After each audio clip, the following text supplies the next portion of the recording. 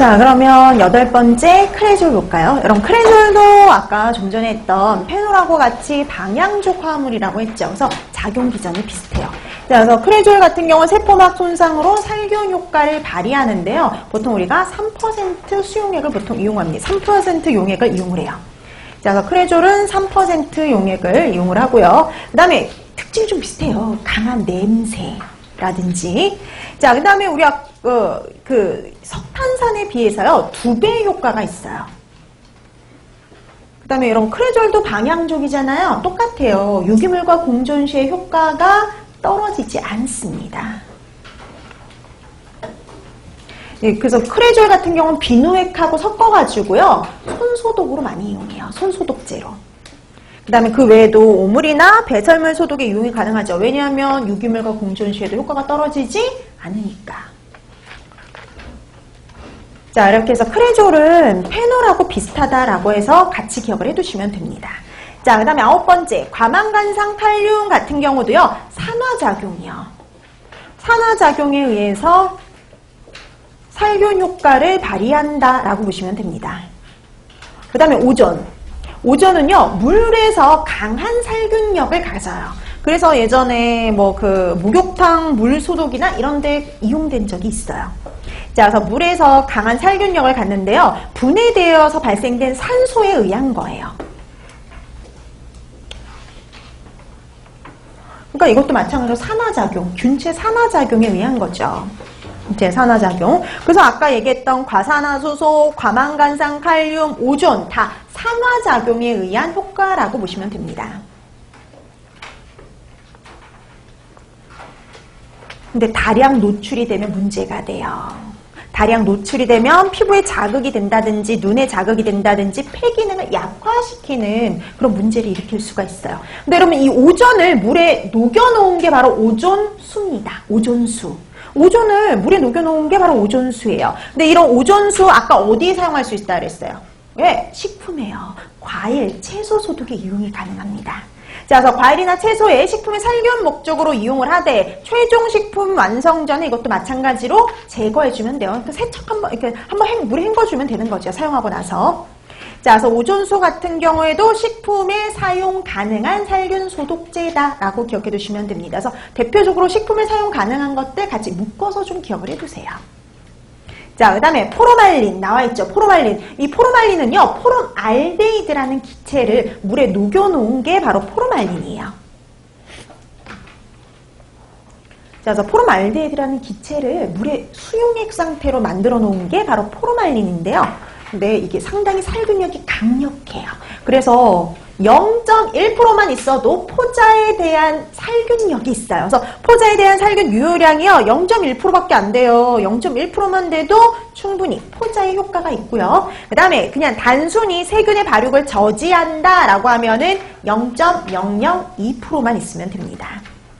뭐 그 정도 확인하시면 되고요. 그 다음에 생석회 보실래요? 생석회? 여러분, 생석회는요, 가장 경제적인 변소 소독제예요. 지금 화장실 말고 예전 그 화장실 있죠. 그 변소 소독에 강력합니다. 뿐만이 아니라 오물이나 가축 분뇨 소독에도 흔하게 많이 이용해요. 가격도 저렴하고 효과도 좋으니까 결핵균이나 포자 형성균에 다 효과 있어요. 자, 그 다음에 뒤에 넘기면 붕산 나오죠. 붕산은 2 내지 3% 수용액을 이용을 하긴 하는데요. 뭐 예전에 점막, 눈 세척에도 이용이 됐고요. 근데 이 붕산은 요즘 또 이 방부제로도 이용이 가능한 것들입니다. 그렇다고 식품의 방부제는 아니고요. 연고나 뭐 이런 데 이용될 수 있어요. 그 다음에 여러분, 이 붕산 같은 경우에도 공장에서 사용하는, 그러니까 식품의 제조나 가공용 기구의 소독에는 이용이 되기도 해요. 그러니까 우리가 일반적으로 급식소에서 사용하는 이런 데는 이용할 수가 없지만, 그러니까 식품을 제조하고 가공하는 기구의 소독제로는 이용할 수가 있어요.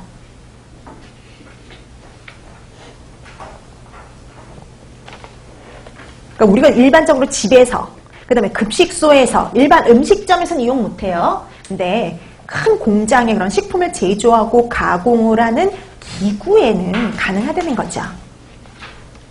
자, 그 다음에 마지막 에틸렌 옥사이드 있습니다. 자, 에틸렌 옥사이드는요, 기체 기체예요, 기체. 그래서 이건 살균력, 침투성이 우수해서요, 가장 널리 사용되는 멸균용 가스입니다. 그래서 식품 공장에서 이제 가장 많이 이용이 되는 그 멸균용 가스, 그럼 바로 뭐냐면 에틸렌 옥사이드 이렇게 보시면 돼요. 예전에 뭐 이제 그 공개 경쟁 시험에 이 문제가 나온 적이 있어요. 뭐 문제는 간단하죠. 살균력, 침투력성이 우수해가지고요. 그 식품 공장에서 많이 사용되는 멸균용 가스가 뭐냐 이런 식으로 나온 적이 있어요.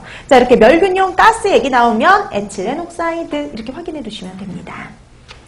자, 근데 인화성이나 독성이 강하기 때문에 좀 조심할 필요는 있어요. 사용할 때. 자, 그래서 에틸렌 옥사이드 멸균용, 보통 식품 공장의 멸균용 가스로 이용된다. 요 정도 기억해 두시면 되는 겁니다. 자, 이렇게 하면 이제 화학적인 소독이 다 끝났어요. 그래서 앞쪽에서 한 게 좀 더 시험 문제 보기로도 훨씬 더 좀 잘 나오는 편이고요. 여러분들이 기억할 것들이 좀 많은 편. 뒤로 갈수록 간단하게 기억해 두시면 되는 겁니다.